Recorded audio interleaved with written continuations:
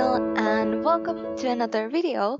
I'm not even gonna apologize that this video is late again because it seems to be everything that I do in every video. But, despite the fact that I may come off as very lazy because I never get anything done in time, which shame on me. But, I've actually been drawing quite a lot and at some point, my hand started to hurt like a lot, a lot, a lot.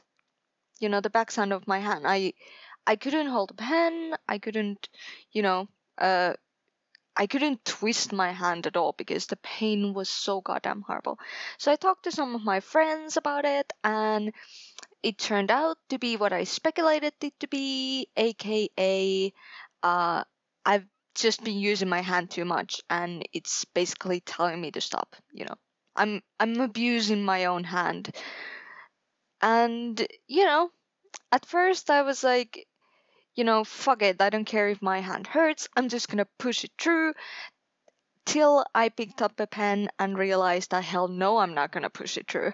So I took my time off with myself and just let my hand heal because I realized that maybe making things worse wasn't gonna be the best option, believe it or not. But alas, now it doesn't hurt anymore, or actually it does hurt a little bit, but it's only like if I really twist it. So it's pretty much healed, which is why I was able to finally finish this drawing and edit this video. As you can notice, I decided to do some teeny tiny changes to the video. I noticed that I've been zooming, like I tend to draw while zoomed out, and I zoom out a lot. And I'm just like, do people really want to watch this? It's like, you know, like you can barely see what the fuck I'm doing because the picture is like a size of a thumbnail. And it's like, maybe I'm just gonna zoom the video in so you can actually see, so you can have a close up view of what I'm doing. Because I believe that it's better to zoom in than, all the viewers having to squeeze their eyes and trying to see that what the hell am I doing. But, you know, um, as you can see, at least I try to improve my videos a little bit at the time, just kind of spotting out little mistakes and being like, maybe I should do something about that. I try to keep the the zoom centered in a way that, it would be mostly on focus. Of course, you know, I do the things to best of my abilities, but I'm not a pro editor. Therefore, you get the point. It's not going to be perfect yet, but it's going to be perfect eventually because I'm a perfectionist and, I won't stop till I get things perfect. But, to go to the drawing itself, I watched a cartoon, or is it an anime? Anyway, American cartoon that looks like an anime called The Boondocks, and it was actually a really entertaining series. I liked it. Uh, it was in my opinion a very very well made parody. So it's a parody, okay. And there's this girl called Jasmine, and she's like a biracial. She's like a mix between black and white. Like she's half black, half white. So I actually got inspired to draw the sort of biracial girl myself.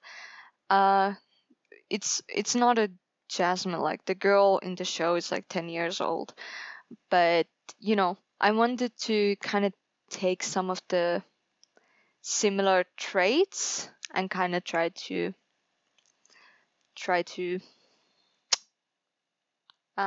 do something, aka art. But Blah, blah. But yeah, I've kind of noticed that, like it's or bleh, what am I trying to say? What I'm trying to say is that I've kind of noticed that, whenever I design characters, I tend to mix and match different races anyway. Like I take certain features from certain races and I just lump them all together into one character. So I guess that she kind of looks like she has a little bit of everything. Like you could kind of say that, maybe she has some Asian features, maybe some European features, a little bit darker skin tone, frizzy hair, stuff like that. But, you know, needless, or, aside from that, I really enjoyed it. And I liked the skin. It was sort of challenge, to be honest, but it was really nice for me to do. Like I like doing the skin. Um, I've always noticed that, the darker skin tones, they look so healthy. Like, have you ever noticed how perfect they look? They're like this perfect smooth, and they look just really healthy. Like, I'm really jealous because I like my own skin tone. It looks like uncooked chicken leg. If you've ever seen one, then you know what I'm talking about. Very unattractive, which is probably actually the reason why so many people like tan, because it looks healthier. But going to the tanning salons is actually not healthy because skin cancer. But you do you, if that's your thing. But um, one of the things that I learned from this drawing, aside from the fact that the skin was a fun and new challenge, I also learned that, Jesus Christ, I hate curly hair. It's gonna be my new arch nemesis. It's gonna be the thing that I hate to do the most. I ended up cut a lot, but I actually did the hair like 3 times just because I'm just like, oh my god, how are you supposed to work with this thing? Like, I cannot imagine people who have like that super frizzy kind of hair. How do they deal with it in real life when I cannot even draw it? It's just like, how does the hair operate?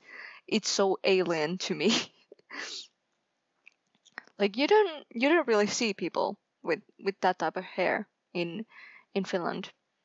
Like really super frizzy, like very very heavy curly kind of hair. It just doesn't exist in here.